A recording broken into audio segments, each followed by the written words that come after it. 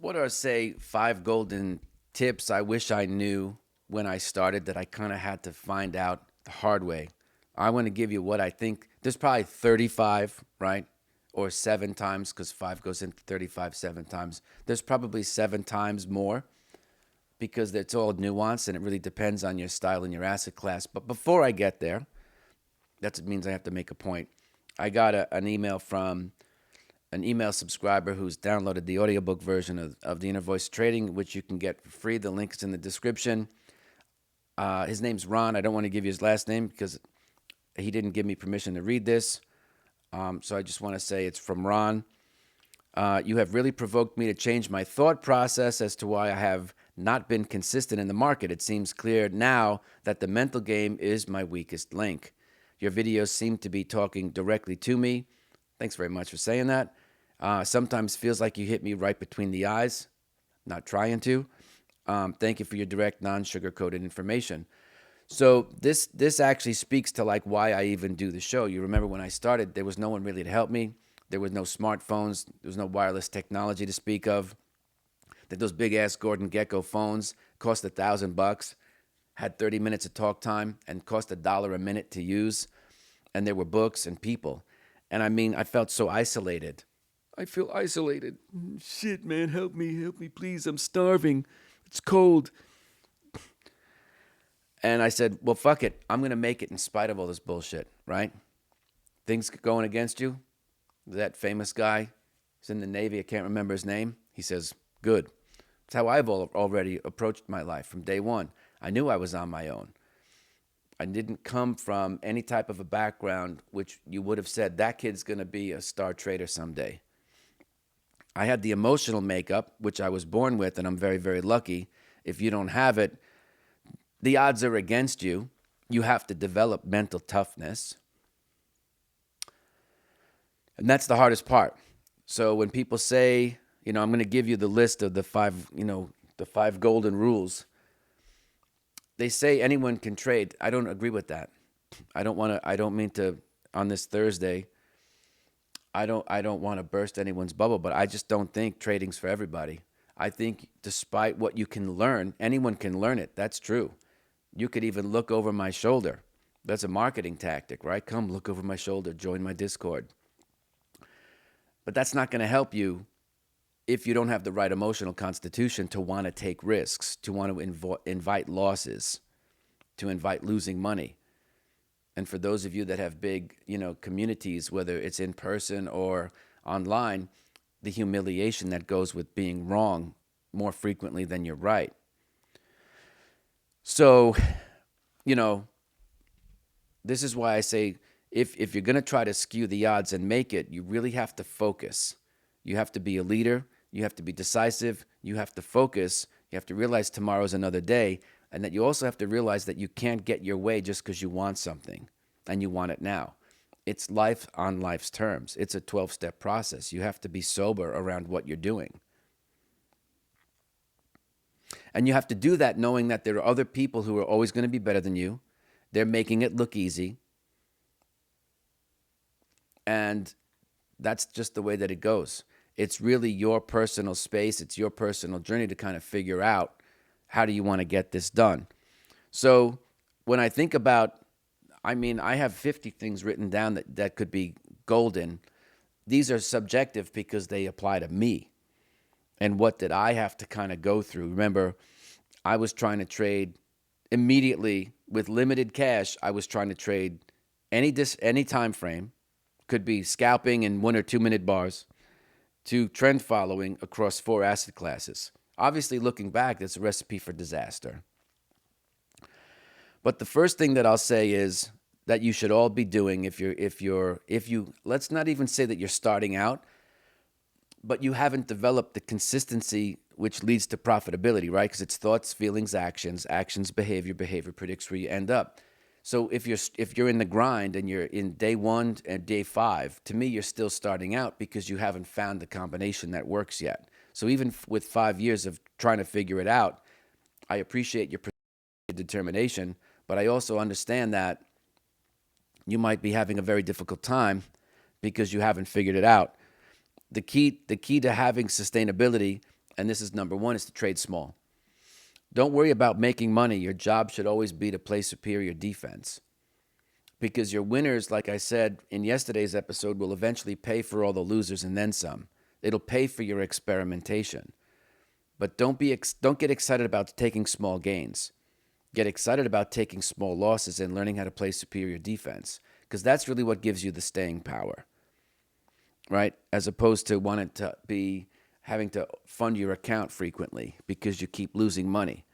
Don't worry about getting to your optimal bet size. Learn how to do a process day after day after day. Scaling up is the easy part, because you're not going to go from trading one or two MNQs or whatever to having to get filled on 150 contracts. Going from 1 to 2 to 3 to 4 to 5, which is really how you should do it, right, is easy to do. The market has ample liquidity for that. Second thing is to be open-minded. Don't get locked into saying, I got to master the MNQs, and that's all I'm going to look at is the stock index futures. Why? Well, stock index futures as a group, doesn't matter whether it's Russell 2K, the E-mini, or the NASDAQ, they're all highly correlated. And chances are, if you look at those overlays, unless you're trying to trade spreads, long one, short the other, they all very much look the same. The price points are different. Margins might be different. But there's a way of looking at it where it doesn't matter which one you're looking at, because they all kind of look the same. So if there's no trade set up on one, or if one's not in an uptrend, it's very difficult to find another one that might be, a better trade. So that's why I'm saying be promiscuous. Look through other asset classes. Look, if you're looking at, say, the grains, look at the metals, look at the softs, look at the currencies. Be open-minded. You could always trade small. If you can't get it done in futures in the minis or the micros, then you could trade 5 of the closest related. If you can't trade gold, COMEX gold, then look at the mini gold. If you can't trade the mini gold, then look at trading shares of GLD. Because your goal is to learn the process, not worry about necessarily making a lot of money. You want to get your process down. In fact, when in the coaching, the goal setting isn't like, I want to make 16% a week, I want to make 100% a year, I want to be in a trading competition. The goal is to find a process with which you're compatible, that you can replicate day after day after day, because with expected values, that is now your combination to be able to print money. You're not going to necessarily do it you're not necessarily going to be able to do it day after day after day, but you'll be able to do it enough over a long period of time when you can trade when you have an edge. And a trading edge, at least a simple definition of that, is you're having a set of rules that when you enact on them in the marketplace, it has positive expected value. You're not going to make money every trade, but over hundreds of thousands of trades, it should work. So again, thoughts, feelings, actions. Number 3, you can think and have opinions on Bitcoin, Nvidia, this and that. Ultimately, your making money is going to come down to behavior. If you're missing trades, set alerts. Then that's just to say, okay, ready, as they say, on your mark, get set, go. The get set part is the alert. The go part is you're putting a stop order in above or below the marketplace so that when it trades at or through that level, you'll add or remove the risk to your portfolio according to whatever your strategy is. 4, Brian Shannon and I are kind of famous for saying this in different ways. Brian says, only price pays. I agree with that 100%. Love Brian. My way of saying the same thing from before I even knew Brian was, on Wall Street, only price will tell you the truth. We're not CFAs here. We're not talking valuations and PE multiples and efficient market hypothesis, which is epic bullshit anyway. If you're bullish for one particular reason and the price is going against you, not just on the day, but the week, what have you, the price is telling you the truth because it's the sum total of what everyone else is thinking. So you might have a very good reason why you feel bullish on something, but if everybody else is doing the opposite trade and or they're showing up with inventory for sale, with the auction process, the prices have to drop in order for the market to clear, you're on the wrong side of the trade. So while I guess you can have a bullish thought process, don't be long, right? Now, again, I don't want to get into it. It's illogical for me if you're telling me you're bullish but you don't have a position on, you have a conflict going on that we would have to work out in the coaching process. But trust me when I tell you, you want to be, this is why I say, and you can go look up the video, why you want to be buying when there's other buyers. In that case, you want to be with that herd mentality. They might have fundamental investor style reasons why they're in that particular trade, which have nothing to do with why you're in it. But you can ride their coattails and be supported by them, especially if they're institutions, right? So let the price tell you what everyone else is thinking. That's how you decipher the price. It doesn't have anything to do with the fundamental value. And if you're a trader, be mindful that you're using investor chat. Market caps, $1 trillion, that doesn't matter. Nosebleed valuations, that's investor talk. That's for people who are trying to sound smart. It's irrelevant in trader speak. Price earnings multiples, forward earnings, market cap, doesn't matter. Does not matter. What matters is we make our money on position sizing, and then you need to calculate, however you do that, what is the distance between your entry and your protective stop? 3 things that you need to know. But in terms of direction, price will tell you the truth. Your job is to play defense. The price, as it goes against you, if you're long, is telling you that it's the wrong time. You might have bad luck. Maybe your analysis is bad, but you have to listen to the price. You have to do what you're told. If you think you're going to stand up in the face of that, you're going to lose a lot of money. And then you're going to be angry and you're going to get into all different types of destructive behavior. And the last thing I want to say that you might not expect me to say is once you develop a skill and you can create alpha, you can outperform buy and hold with less risk. That might mean you get even market-like returns, but you have only a fraction of the drawdown. That's very valuable to people. Don't underestimate how valuable that might be. When I was starting out, the total return on the S&P, and this isn't the point.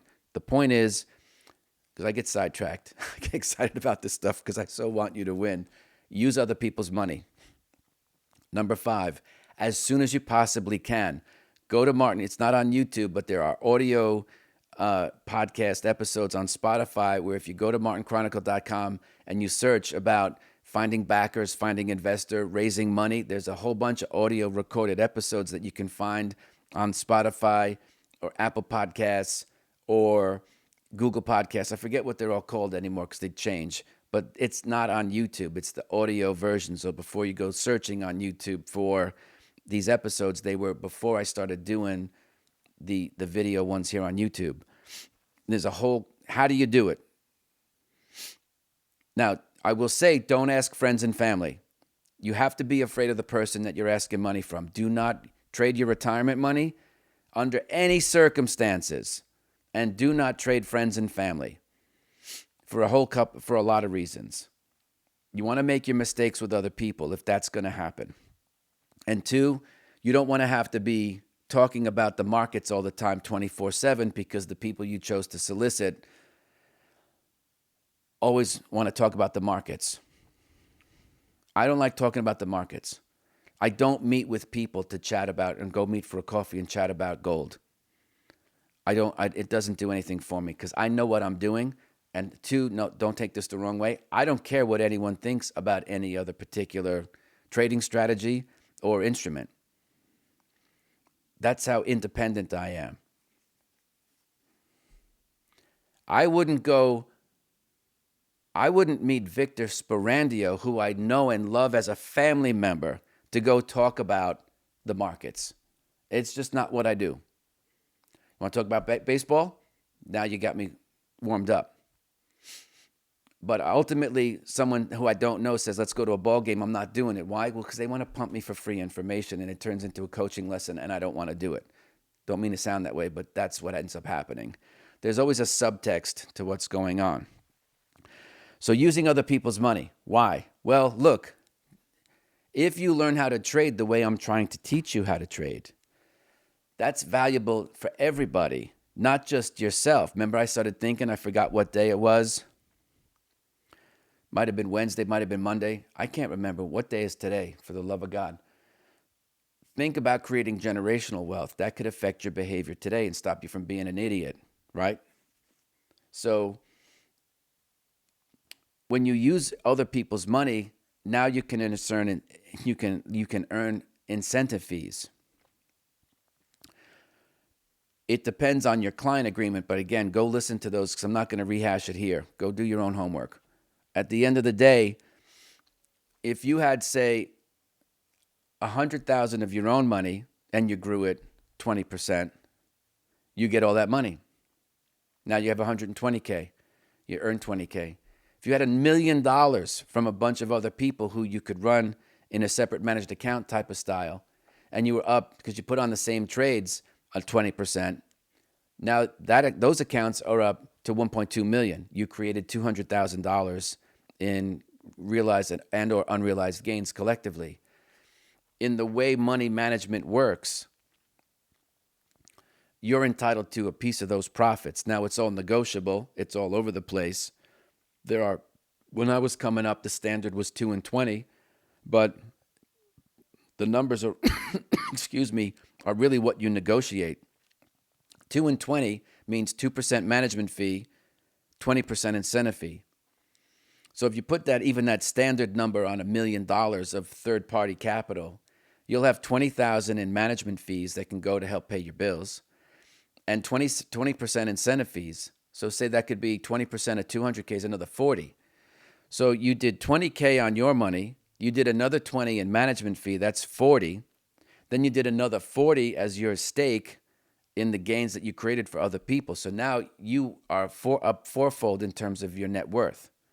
You went from just doing 20K on your 100 to pulling down another 60. 20,000 in management fees, 2% on $1 million, and 20% of the 200K is another 40K, so you add another 60K. That brings your total return for the same trades to 80,000. You did 4 times better using other people's money. How do you think Paul Tudor Jones became a billionaire? He could sure grow his own money. No, not a problem. Now, I think Tudor is, and this, I'm not soliciting for Tudor. However they make their money is fine with me. But I think they are like 3 and 24. 3% management fee, 24% incentive fee. It gets a little sophisticated. What I used to do is if I had the 2 and 20 on the million, I always remembered that the high water mark was the million, right? So if you did 20% a year, that's 5K a quarter. So your million goes to 995. I never took an incentive fee on that first 5,000. I'd say, okay, let the client earn back through capital gains back to the million, then I'll participate above the million. There's a million ways to do it. Renaissance, I think, is 5 and 45. That's Jim Simons. So you can get creative. Don't give the house away. You could also say 0 and 10 if you don't need the money, or you don't have an office and you really don't have expenses. Maybe you're working from home, you've got your monitors, you don't even need a management fee. But that's the quickest way to roll and grow your capital if you have a strategy that works. So think big, because now not only is your trading account 100 goes to 120, say over the first quarter, maybe it's over the course of the year, it doesn't really matter. But now you got another 60K coming in over the course of the year. So now your trading corpus went from 100,000, you added 20 on your own activity, but another 60 came in because you had 20,000 in management fees on the million and another 40K in incentive fees on your performance for your client funds. Now, again, we're not talking taxes and all that kind of stuff, but you could have as much as 180,000 in your account. Right? Now, a 10% move in your account brings you about to 200K. So now your account size is just about doubled. So as you want to accumulate wealth and you have a skill that someone else can find valuable, you can get that from using other people's money. Again, I can't get into it right now because I've covered it till I'm blue in the face. Sometimes I consult on this stuff. There's a lot of free stuff at Martin Chronicle. Just go listen to it, and take it from there. If otherwise you want more videos, check them out right here.